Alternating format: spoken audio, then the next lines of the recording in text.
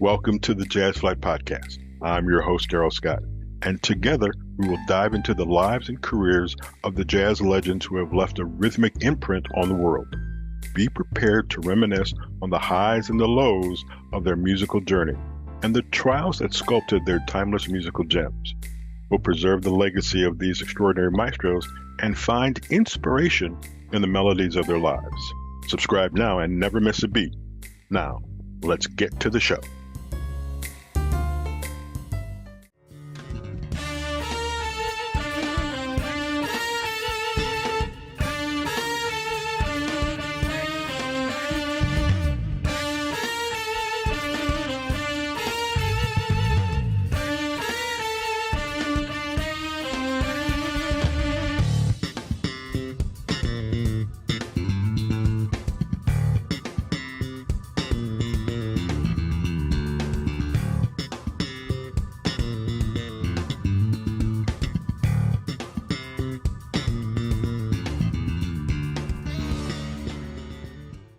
Hi, everybody. Welcome to the Jazz Flyte Podcast. My name is Darrell Scott.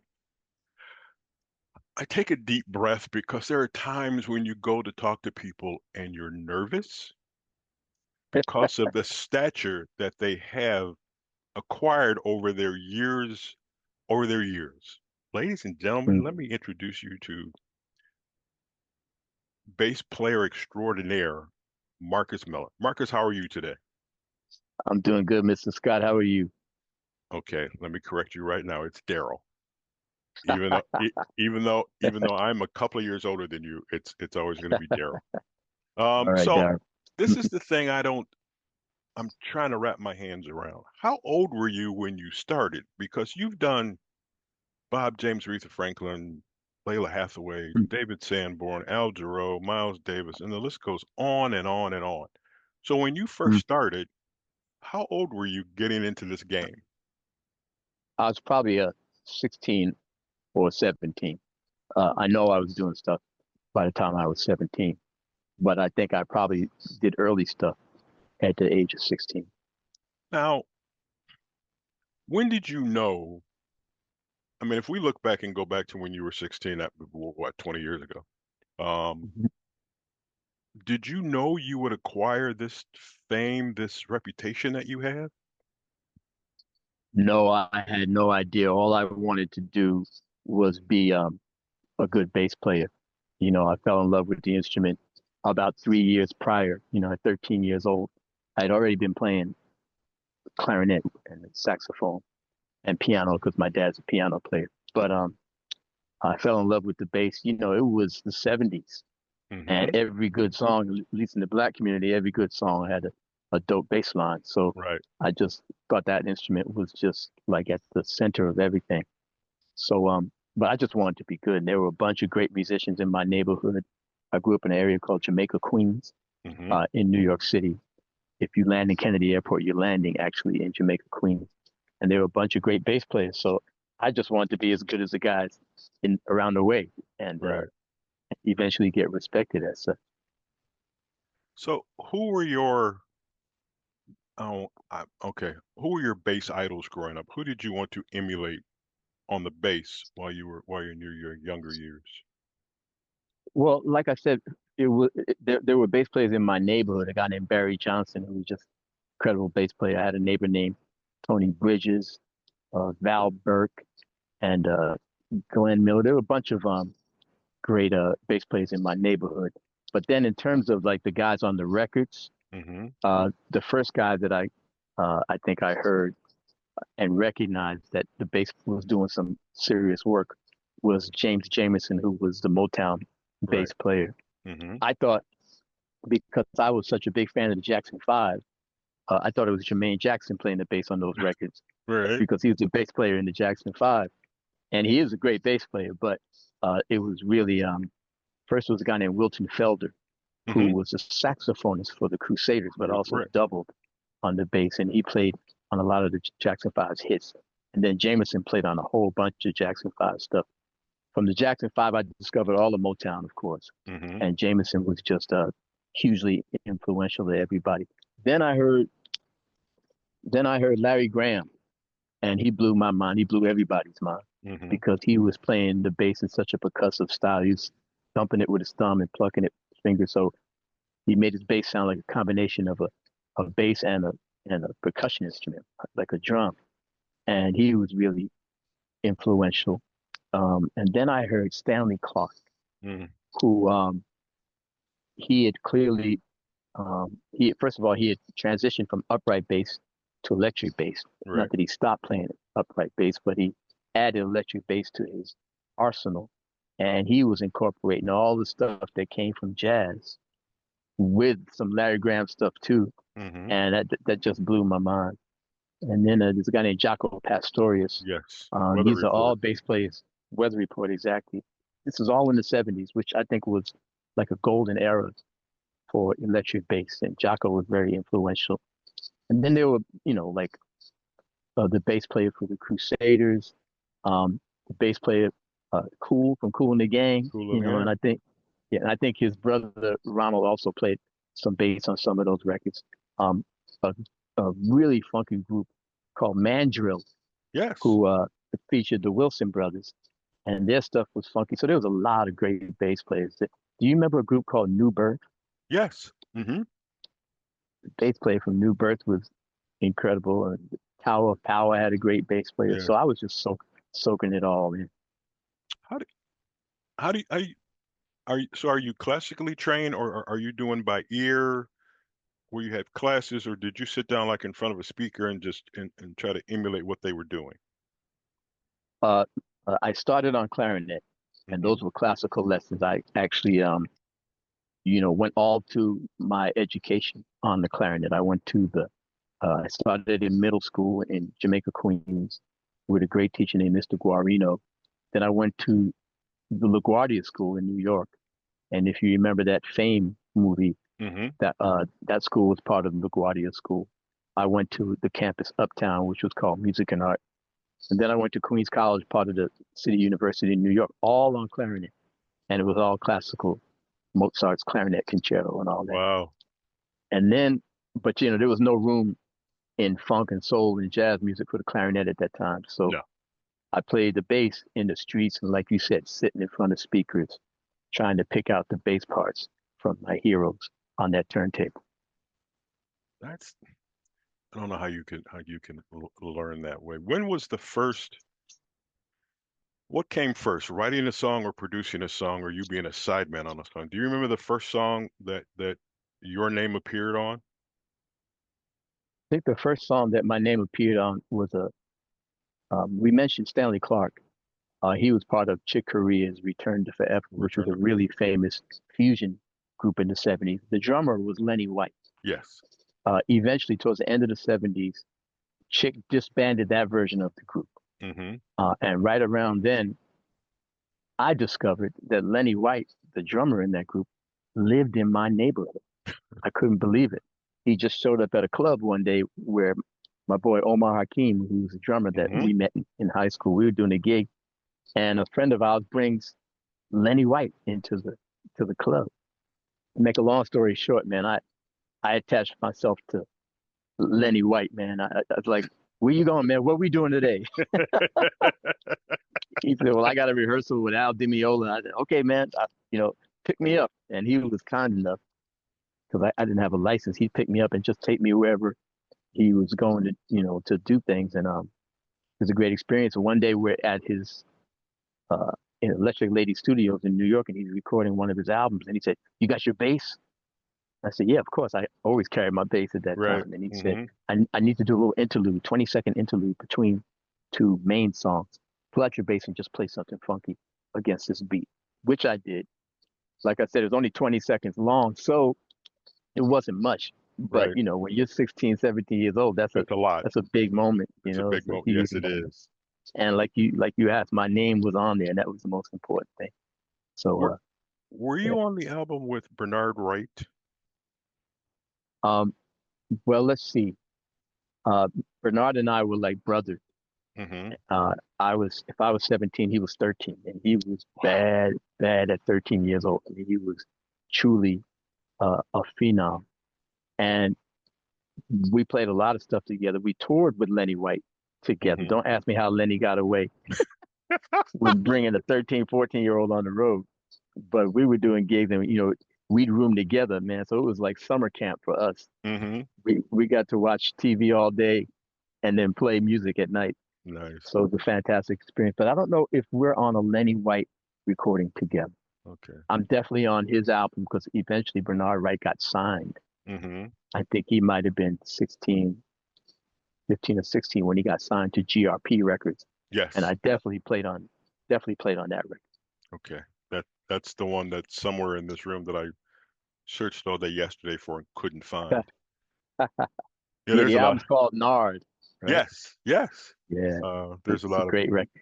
music, a lot of history in this room. So, Hmm. what?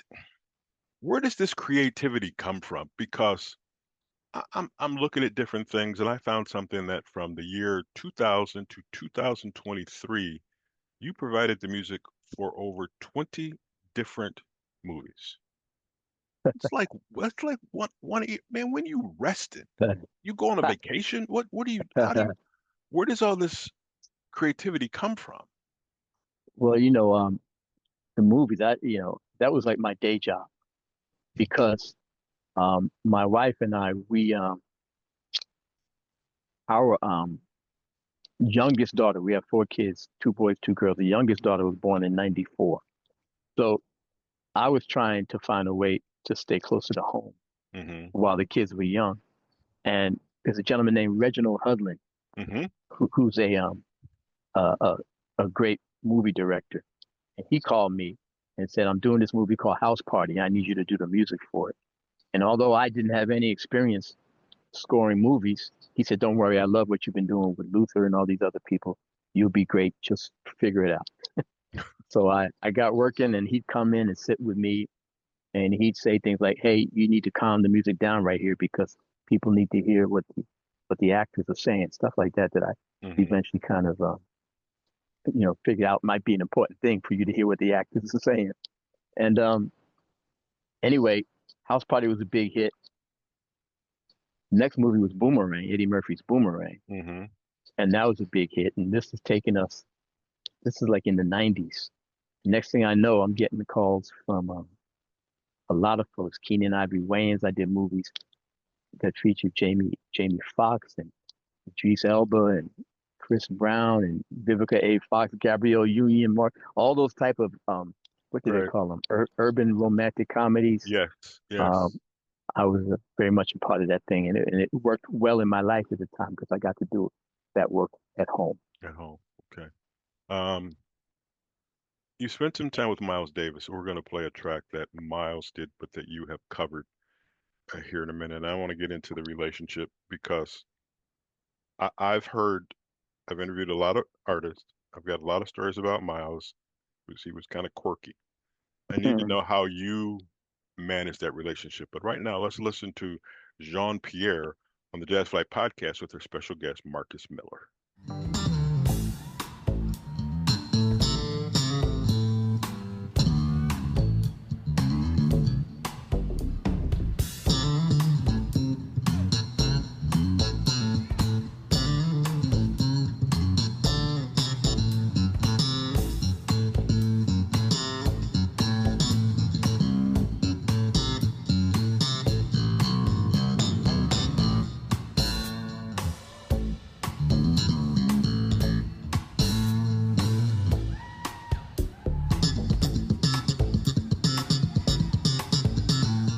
This is a cover of Miles Davis's Jean Pierre by Marcus Miller. Did you write that? No, no, Miles. We used to rehearse in Miles's brownstone apartment in Manhattan on the Upper West Side, and he'd sit there and just play little snippets, and you just join in and see if you could add something. He started playing this melody, and I just boom, boom, boom, boom, because the melody was so simple. It was almost like a nursery rhyme, Yeah. and so I found a simple bass line that went along with it, and man, it became like like from the time that Miles came out of retirement, he was in retirement for 5, 6 years. Hmm. Came back in '81. So that first period when he came back, that was the hit. That was his Yeah. that was a Yeah. big song for him. Jean Yeah. Pierre is the name of Yeah. Yes, yes. So all the stories I've heard about Miles, and I've heard quite a few, that Mhm. I'll say he was quirky. He was special, not only musically but also from a personality standpoint. Mhm. How did you manage to become such an integral part in the life of Miles Davis? Well, Miles's personality was legendary in the stories. Like you heard a lot of stories about Miles. Before I met Miles, I had heard a ton of stories Hmm. myself about how prickly he could be, and how different he was. So I think I was prepared. That's one thing. The other thing was that if he decided he likes you, Right. a lot of that stuff went away. And that's when I began to really suspect that that prickly, quirky, as you put it, personality was most likely a shield Hmm. for somebody who was born very sensitive but Hmm. came up in very difficult times.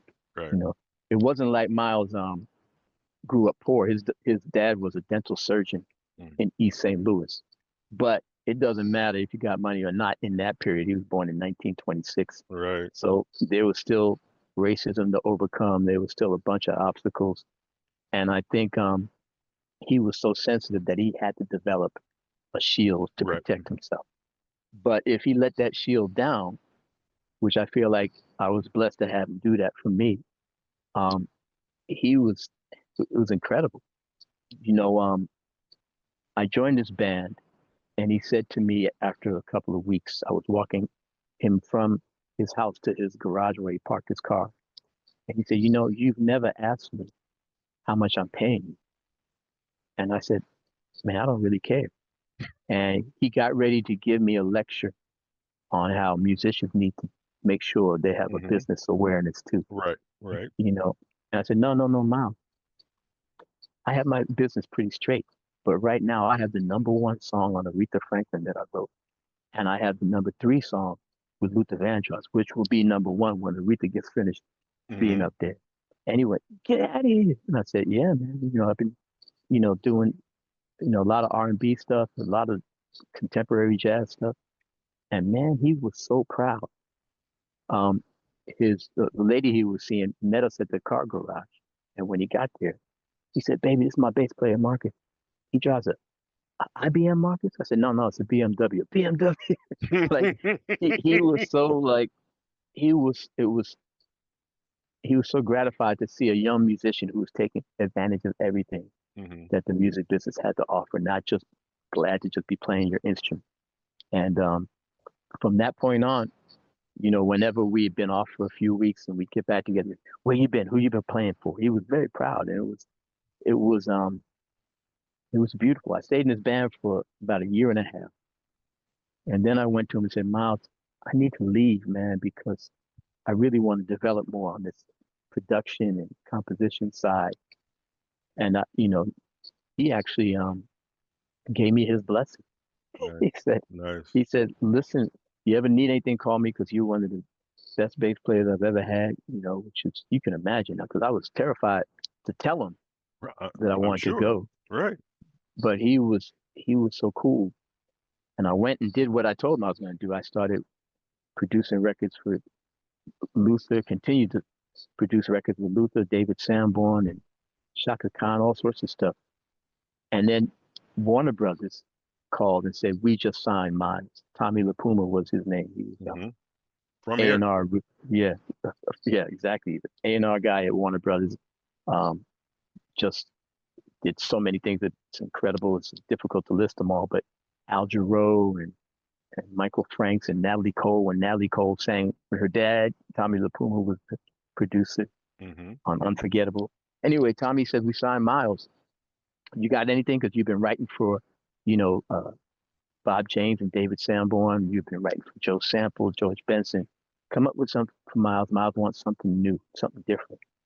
So I came up with a couple of things and played it for Tommy, who liked it, and he brought me out to the studio when we started working on this stuff. And then Tommy said, "It's time for Miles to call Miles and tell him to come listen to this." And so, first of all, man, Miles walked in. He was so proud to see me sitting there behind the desk, like working on stuff. Because at this point, I'm 26. When I started with him, I was 21. So Mm-hmm. he's seeing me grow, and he was proud. And he listened to the music. It was Tutu that I had been Nice. working on, Nice. and he was like, "Oh, that sounds good, man. Call me when you need me to add trumpet to what you're doing." And that was the second part of my relationship with him. And the beautiful part of that relationship was, first of all, he was in a lot better health Right. Mm-hmm. than than he had been when I first played with him. He wasn't doing so hot. But during the time I was with him, he married Cicely Tyson, Okay. who they'd been together in the 60s and now they got back together in the 80s. And by the time I came back, Cicely had got him to stop doing whatever the heck he was doing Right. that was Yes. messing with his health. And she took him to acupuncture and all sorts of stuff. And he was in great, so I couldn't believe it. Man, you look so great. And I kept saying that to him. He said, "All right, Mom, stop saying it." But he was so proud. And he said, keep writing, man. You're in a creative period. Keep writing. So, and that's what I did. He'd come in and listen, and he'd say, write the third section. That song needs a third section, and I do it. But man, the incredible part was I'd be sitting at the mic with him. I'd write out some melodies for him to play, and I'd point when he should add his melody that I wrote out. And he'd hear something, go, you know what that reminds me of? When Charlie Parker. And next thing I know, he's telling me a 30-minute story about Charlie Parker or John Coltrane or Dexter Gordon or Dizzy Gillespie. And I was just sitting there going, man, who gets to do this? Right. Who gets to hear this? And I'm looking at the engineer who's getting ready to press play so that Miles can add his part to what I had Mm-hmm. recorded. And I'm looking at that engineer like, don't you dare press play until So the he's story is finished. done. Now, with my dumb ass, I should have told him to press record and get these stories on tape, man. But I just didn't want him to break his train of thought because I was receiving gold. Yeah. Yeah. Okay, we'll take a quick musical break here. We're going to listen to a song that you did, which I absolutely loved. I actually love the title more than I love the song. The name of the song is Pluck by Marcus Miller on the Jazz Flyte Podcast.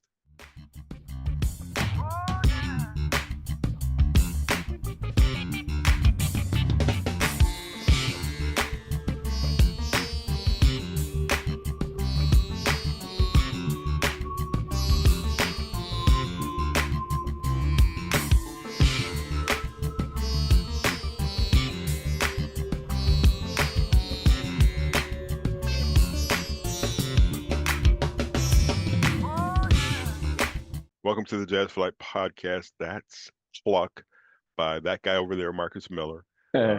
He's the guest over here. Marcus, I guess one of the other things that I want to touch on is the fact that whether it's Miles Davis, David Sanborn, Al Darrell, Luther Vandross, four, I'm going to guess, I don't know them all, but four different personalities. Mm-hmm. How does Marcus Miller and his bass insert himself into their music and into their lives and be successful? Because I'm sure there are a bunch of people who they did one song and I tolerate it, but in all these cases, you have such longevity. What Mm-hmm. do you attribute that to? Because I'm guessing you didn't take a psychology course. No, I didn't take the psychology course. Oh, wait, yes, I did. I took one right before I left Queens College in New York. But the thing was that I've always been somebody who enjoyed trying to see the world through somebody else's eye. Mm-hmm. If you and I have a disagreement, I always try to figure out how you would be processing whatever we're arguing about. Mm-hmm. Sometimes it helps, sometimes it doesn't. But I think in the same way that you have four friends who have completely different personalities, but you can find a way to communicate with them. You understand them. Don't talk about this with this guy. Don't talk Right. about that. Exactly. Don't let two of these friends meet each other because Right. they'll never work. That Yeah. kind of stuff.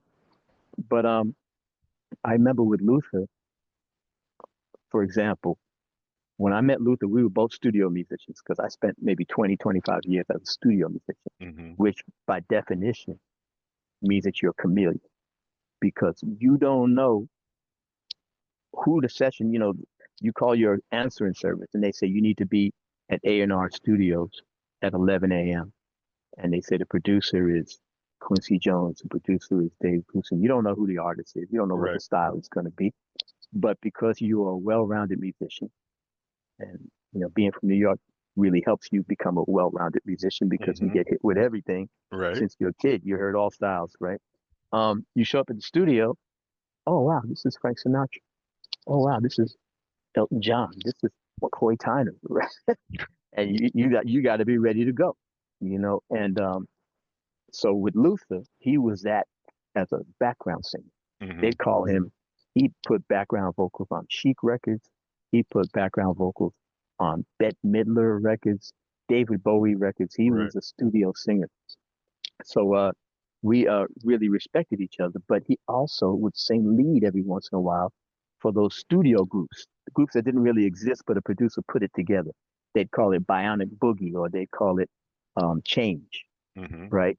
And Hmm. producers would ask Luther, hey, can you sing lead on these songs? Well, two of those songs became big hits for Luther, Searching and The Glow of Love. Right. Yes. And so Luther had hits before he went out on his own.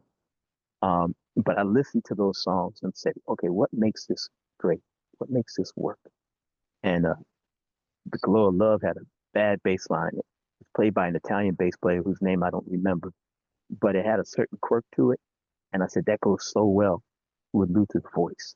So when we did Never Too Much, I remember going, Luther likes this kind of thing. I played it with my thumb style uh, Hmm.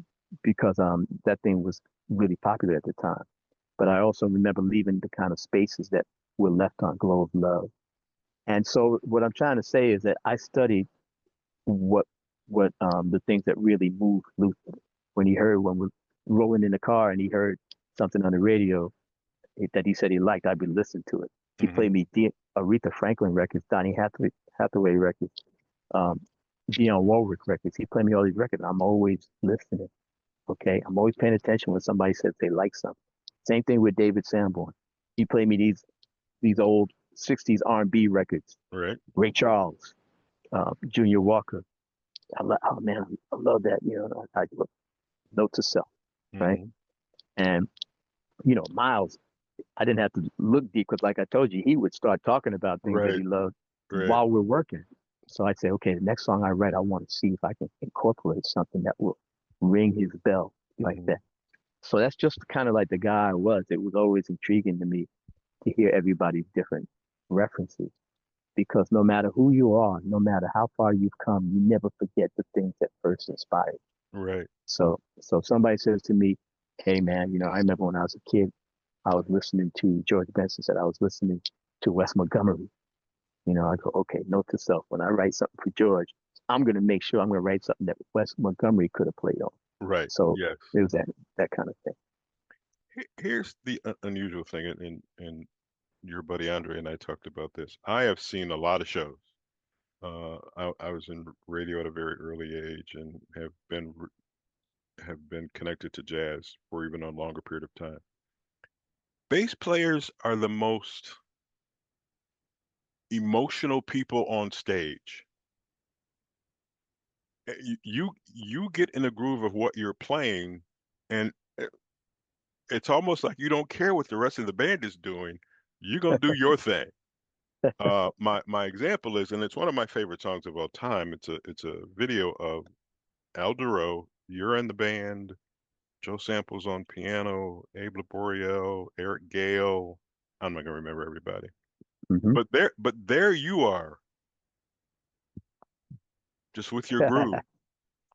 What does that come from? I mean, it's amazing. And a couple of friends of mine had said, Darrell, you're right about bass players. What is that? Is that you in your own world within the song? Well, definitely not in my own world because one of the bass players' job is to make sure everybody's connected. Hmm. I'm listening to the drummer and I'm kind of situated musically between the drums and the piano and the guitars. I'm the Right, one who right. allows the drums to speak to these other guys, Okay. because I'm playing rhythmically but with notes. So I got to listen. But the thing is, I think we all feel a responsibility to keep the emotion Hmm. of a song where it needs to be, and to also be really immersed in the rhythm. The drummer's immersed, of course, he's playing rhythm, but Right. he's got so many things to do. Right. You know, Yes. Yes. he's playing four or five instruments at the same time, really.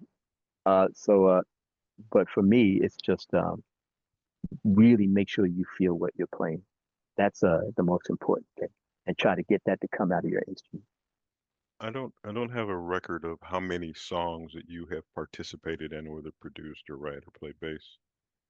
Anybody ever tell you no? Oh yeah, well, I've written songs for people. If I get a song recorded by Luther Vandross, if I get one song recorded, that means I sent him six, Okay. right? But I Right. had no pride. I was like, oh, you don't like this? How about that? You don't like that? How about this? I didn't care.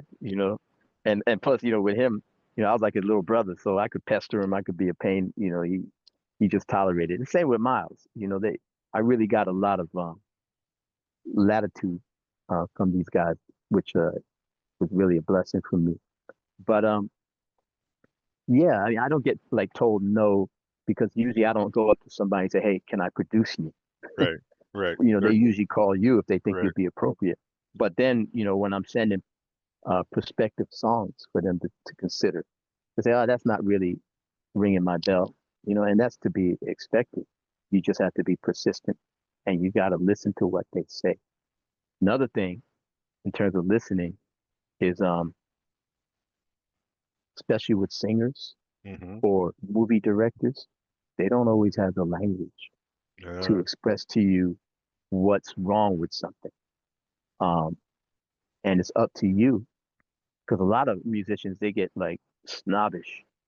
Man, this guy doesn't even know what an oboe is, or he doesn't even know what a retardando is.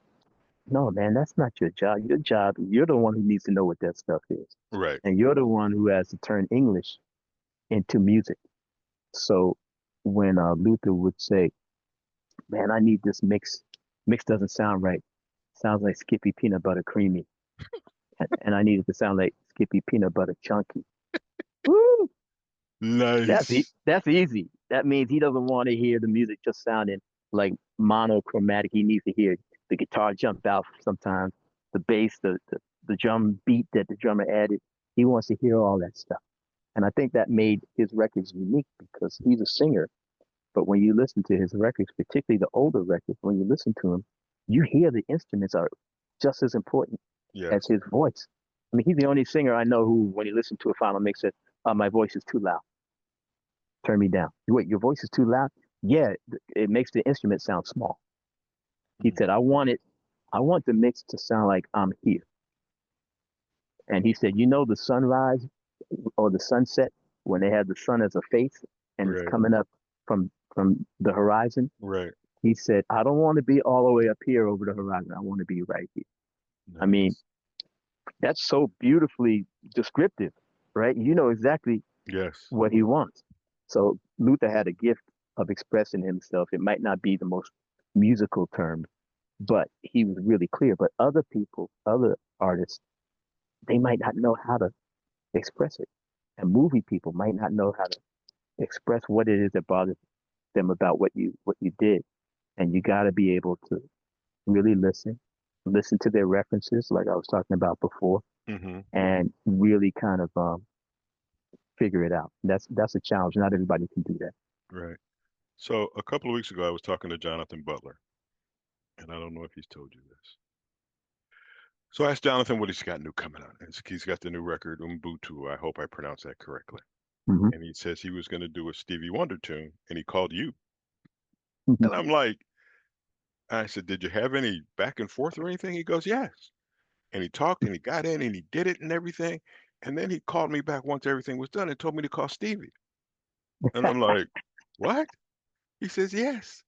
And he tells the story of Stevie calling him while he's sitting someplace and everything. Yeah, yeah, That's clout, man. That's I've done this, but you need to get the blessing of the eighth wonder of the world.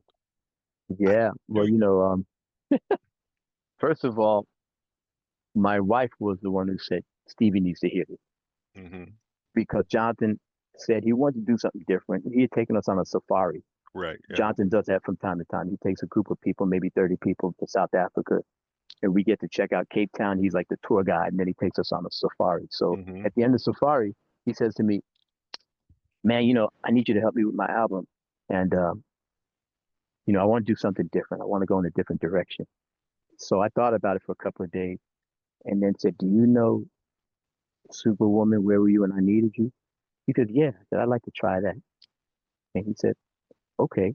So we found a studio in Johannesburg, and I had this South African version that I had been imagining, and he did it. It came out so beautifully.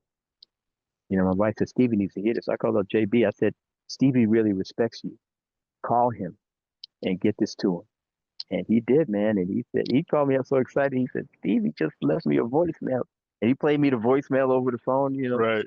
And at the end of the voicemail, Stevie said, "Look, man, thank you for blessing me with this version of my song." He told Jonathan some like really nice details of the song, when he wrote it, why he wrote it, when he wrote it. And then he said, so let me know if you ever need anything from me. So I said, "Yeah, we need something from him. See if he'll play a harmonica solo on this." And Jonathan said, "Yeah, but the song is mixed and finished." I said, "Don't worry about that. I broke it up. I edited. Right. I put in like 32 more extra bars at the end of the song just to have Stevie on there on his own song, man." And I did. And Jonathan called me up. "Marcus," he said, "yes." He said, "Yes."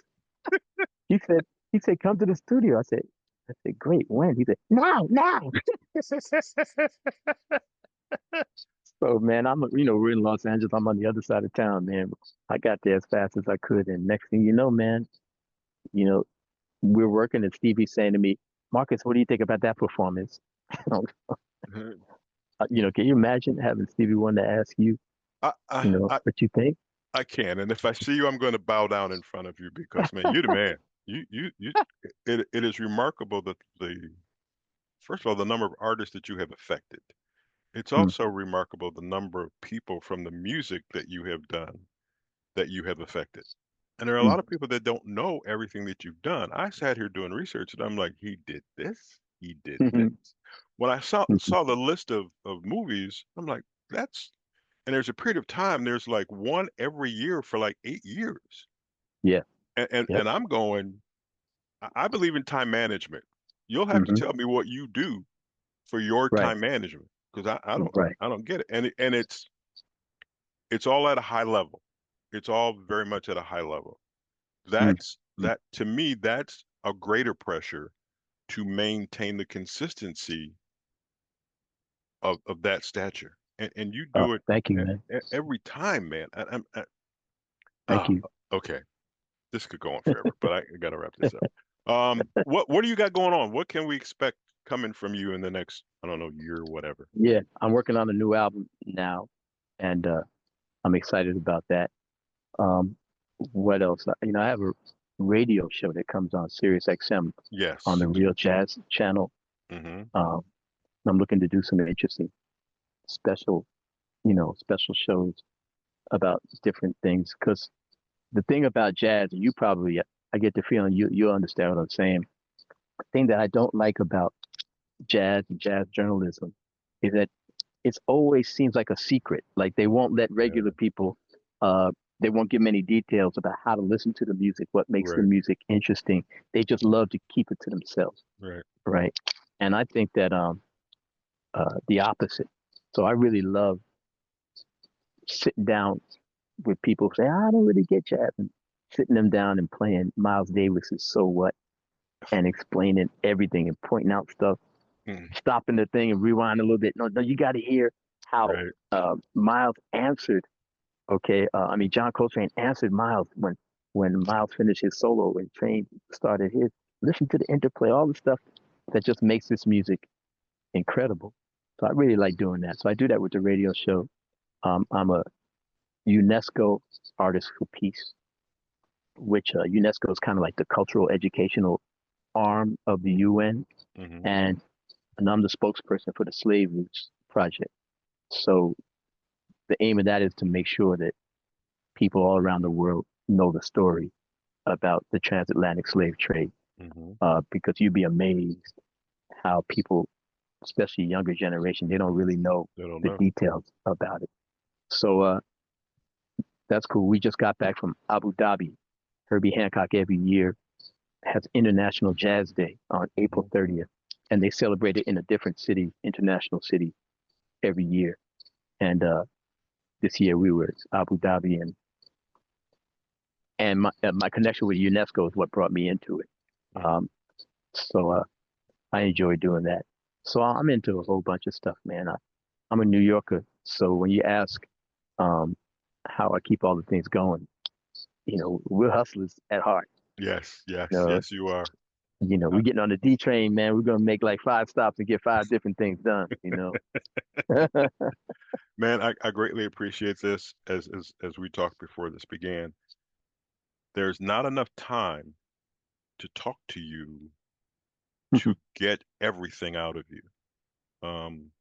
I will say this, and everybody that's listening can hear this. I reserve the right, when you're not busy, Mhm. to be able to call you back and talk about more stuff, because there's so much.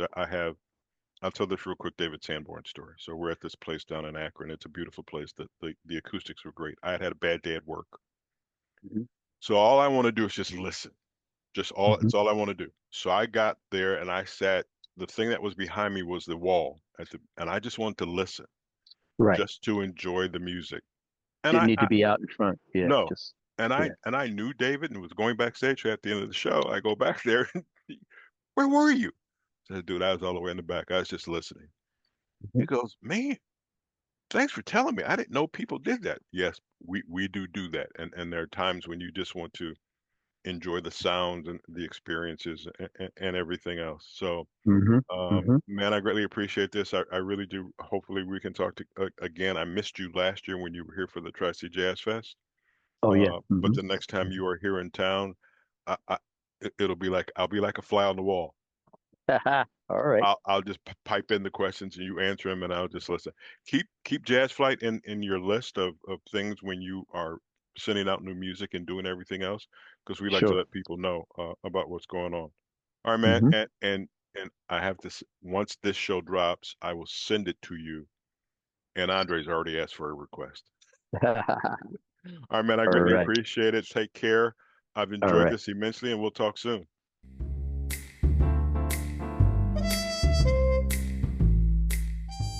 Thank you for tuning in to the Jazz Flyte Podcast. I hope you enjoy these stories and soulful melodies that grew through the doors of time. If you want to stay connected with the latest updates and episodes, don't forget to subscribe to my channel and hit the notification bell. Until next time, I'm Darrell Scott.